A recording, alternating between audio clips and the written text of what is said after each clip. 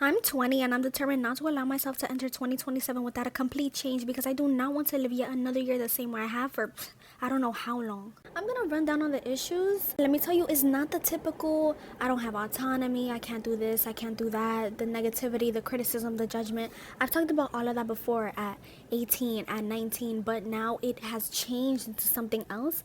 Let me tell you, I'm tired of what I'm automatically subjected to through living with my parents. There are a lot of things that make me think if I wasn't living with them, this wouldn't be happening right now, or this wouldn't be a problem right now, or I wouldn't be forced to do this or accept this right now. I haven't been around peers since 17, and I can't remember a day in my life where I have lived on my own terms, even after turning 18. The fact that I never got so many things as a child and as an adolescent, and it's been 2 years since becoming a legal adult and I still haven't gotten those things, plus all the experiences I've wanted to have since I was 10 years old, is something that's very difficult to deal with day after day, like day after day after day, especially during the nighttime.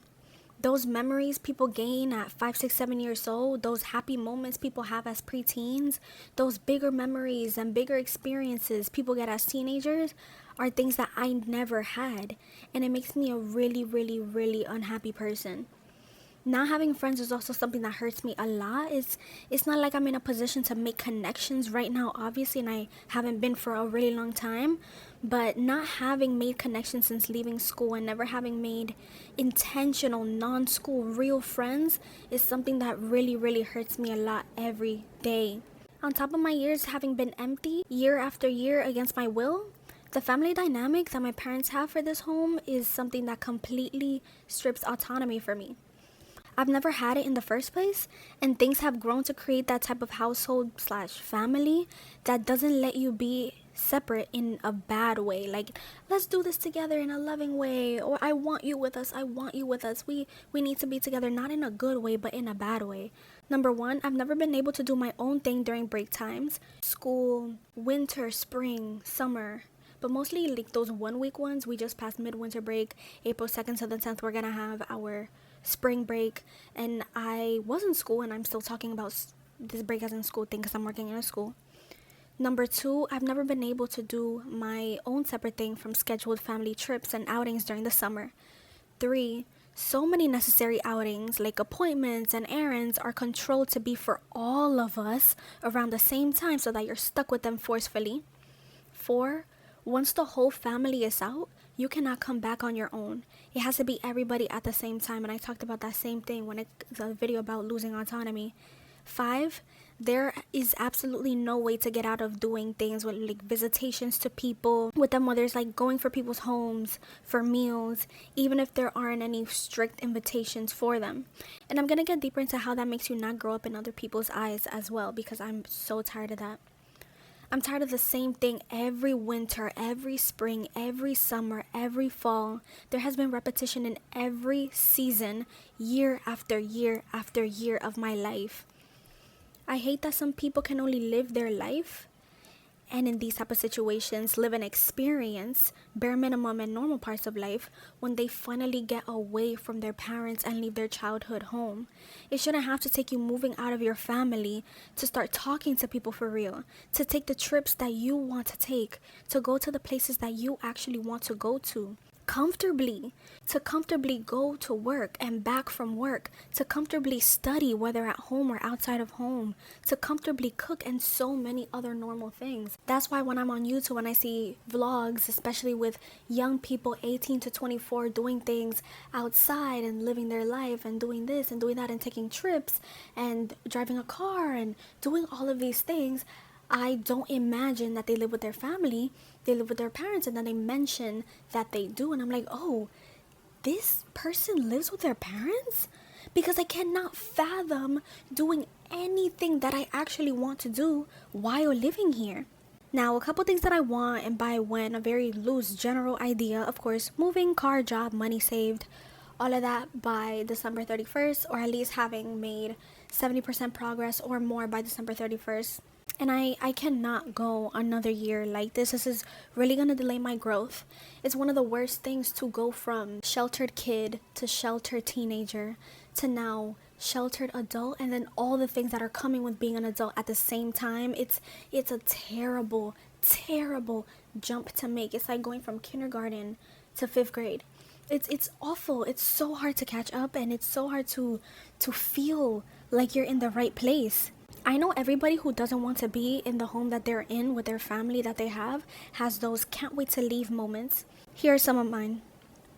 Every time I'm forced to do family things, like, oh my god, I would not be forced to do this if I didn't live with them. Wanting to avoid summer 2026. The jealousy that comes with it in the summer. I get a horrible summer. Watch my episode about hating the summer. And the trip that is gonna be set in motion soon if I don't do anything about it. My mom has still not booked the flights, and I have to come out and say I do not want to go to Honduras this summer, because if not, you already know. My brother is starting school this year, September, his senior year, so I do not want to be here after he graduates. And also, the graduating class of 2027 is the one that I would have been a part of if I was pursuing a bachelor's degree when I left high school in 2023. When I graduated high school in 2023. So I cannot be here next year. That's what I'm telling myself. I cannot be here next year, or for most of next year. I cannot. Since when have I been trying to get out and do all of these adult things and gain independence in all these other ways and start those type of journeys? 17 was the first time I felt I do not want to be here. It wasn't emotional yet. The emotional reasons of like the way that my family acts and the way that I feel here came later. But 17 was the first time I felt I do not want to be here because of neighborhood stuff, because of having been living here for so long, wanting something different. I've been trying to get a permit at 16. At that point, trying just means asking and begging. Did not happen. I ended up getting it at 18 with my mom. Very annoying situation. I'll put on the screen a little bit of a story time as to why I am not grateful at all for that.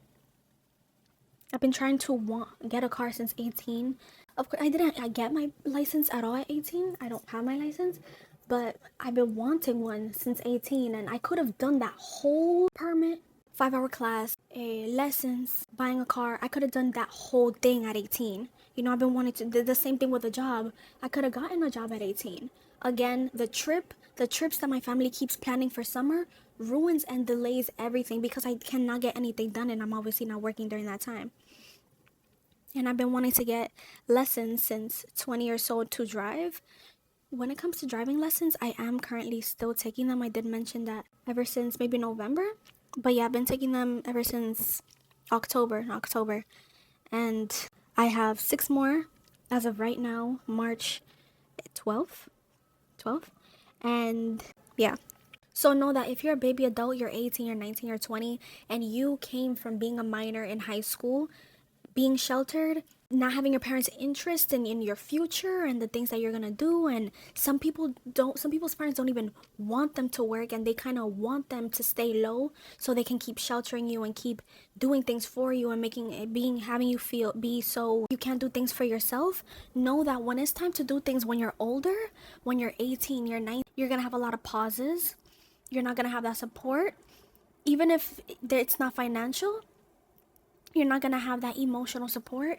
You're gonna take a longer time than your peers to do things. Because I started my driving lessons in October. Look at me now in March, and I still don't have it. So that's gonna take a lot of time. And I'm gonna talk more about things to be aware of for your future when you're 17 and you know that your parents are like this later on in a future video.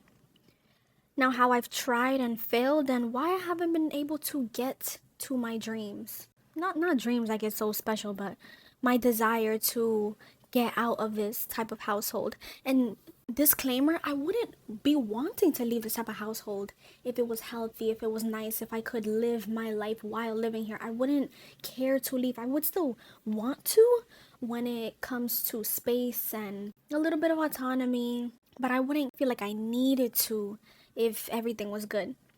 At 17, I couldn't do SYP after high school because I was a minor. My parents would not sign my stuff. To them, it was like the biggest sin in the world to work as a kid, because why are you working as a kid? Why are you working as a kid? Live your life. Of course, I still didn't live my life. I didn't live like a kid. I didn't live like a teenager. So you stopped me from working, but and tell me to live my life, but I didn't.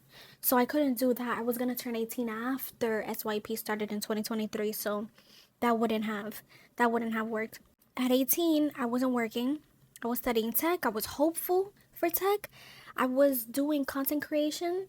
Since 18, I didn't get that many content deals, especially because me only being able to do content inside the home, obviously I couldn't go out, so it was very hard for me to, there were a lot of things that I lacked in order to get more deals. We left to Honduras. That gave me a huge setback. It delayed me a lot because there the internet and everything, and I lacked networks in the tech field. At 19, I went to job fairs, I went to interviews, I went to events. I wanted to upskill in tech, and I kept doubting. I wasn't following through. I still wasn't networking. It's kind of hard for me to network in tech. I didn't know enough about networking and how important it truly was, especially as a newcomer. I lacked practical skills. I really only knew theory, and I couldn't get that networking practical skills really in place. I didn't know people. Like, people is a huge thing when it comes to getting jobs, and I didn't know enough. I didn't know any. Going out is a huge thing. Talking to people is a huge thing, even casually. And I was not doing that. And I didn't want to upskill as much. I was thinking to myself, is there really a point in learning more about networking? Is there really a point in learning further into Linux, further into cybersecurity? Is there a point to learning cloud computing? Because I was not seeing the potential in working in the field. So I'm like, do I do this? Do I not? And I ended up not doing much. At 20, I continue to have hopes in tech. I'm currently working as in the middle school, the DOE, as a paraprofessional slash teaching assistant, a classroom one, and I had to admit, the tech field is not going to be for me for the moment at least. And switching to the medical field, studying something in the medical field and getting certified in it, a non-degree type of job is more promising. And I bought a course recently to self-study 2 hours a day to switch careers this year, hopefully by September. And I also got accepted to SYP for 2026. Now the possible fail is obviously leaving the country. I want to do everything. Yes, I live with them, but I want to do everything in my possibility to not go on this trip if they book it. When I say they, I mean my mom. I do not want to leave the country. A little bit more on why I feel like I need to get out of here is me constantly having to readjust and pivot. Constantly having to change up the time that I do things, having so many last minute things that my parents are asking me to do, and having to pause my own stuff because I do private things in my room, trying to get ahead. They don't know that I'm studying for something else right now. When I do content creation, that's something that I do privately, so constantly having to pause that. Turning different ages. When I went from 17 to 18, I had to pivot things. When I had to go from 18 to 19, I had to pivot things. 19 to 20, I had to pivot things. Clearly, you see me pivoting again before turning 21. I want to study something new. I definitely want to push further and hurry up and get a driver's license. I want to get a car. I want to start applying to apartments. It's so weird saying that because what if it doesn't happen? But whatever. I've been trying, but not 100%. 2025 was the worst year, especially between January and November, because I had so many sad days, so many sad nights, and it has gotten in the way so much. I try to not let it stop me, but so many times after talking to my parents, or interacting with them, or seeing what they do, or seeing what they decide, I cannot let go of that negativity, and I was in my room a lot last year. In my room, lying down, sleeping in my room, being unproductive because of the energy that they give. And taking a walk is not an option for so many reasons that I've said before. Now, the loose options that I have for this year, I've talked about moving, I've talked about a car, I've talked about having money saved. For moving, obviously, I'm not going to want to be indoors. So I don't mind having a studio, at least for getting like a 6-month lease or something. I don't mind living near where I live right now. just to get that transition started, even though I shouldn't need to feel like I owe them being close by, but still, I don't mind living home. If you know, living in Brooklyn, there are so many buildings being constructed all the time, and you could see it all the time. You see the poster talking about the picture of what it's gonna look like, the website, the estimated time, and people are constantly applying. People apply to these buildings before they're even done being built. So there are options far away from home, of course. Queens, of course. There are certain things that in Queens are a little bit more expensive and more private, but people love Queens. For car, I didn't even know about leasing cars like that, but I would lease a car. I would. There's also the option of getting a cheap, reliable one. And then there's rental cars. Those three options, I don't mind those three options. Rental, I feel like rental would be the most expensive actually. Leasing is okay like renting, but either way, I do see myself leasing a car. There's also the option for giving myself like $300 monthly or $200 monthly just for Ubers, but that's specifically for the summer while I'm transitioning between living here and possibly not living here, or living here and my family being in another country, or being, well, yeah, it was really just that for 3 weeks. I'm trying to dedicate money for transportation just in case, I know that number sounds crazy, but how much money are people paying for cars that they own, cars that they lease, cars that they're renting, things that are supposedly reliable, things that are brand new? So, sometimes the number it matches up, or something's gonna be cheaper, but more on that later when I talk about more different type of plans for later. Money saved, I do want to get saved 20,000 by July. I do, and when you're in this situation, you need to have a secret bank account. My secret bank account is Capital One. They have good savings account options there, and I have ¿cómo que se llama? When it's locked, then you can take money out. ¿Cómo que se dice? That thing. Ay, Dios. I forgot what it's called. But it's a term that after 12 months or 18 months or 6 months, you cannot touch that money. And it builds interest over time. Credit deposit. That. So that's my outlook on things for the next few months. And that's the way that things have been going for the last few years. I really hate my life. I really, really hate my life. And I cannot live like this another year. I really need this to work. The most important cushion I have is how much money I have saved. That's really the only cushion I can have. Like I said, more videos on the topics of my acceptance to SYEP. A bit of the dilemma with upcoming, the fact that my parents want to take a trip for a couple of weeks during the summer. Tips on how to not let sad days take over your journey and maintain that urgency. Not having friends, and being tired of life's forced settling, and how the way that your parents treat you in front of other people can keep those people treating you like you're 5 years old. So stay tuned.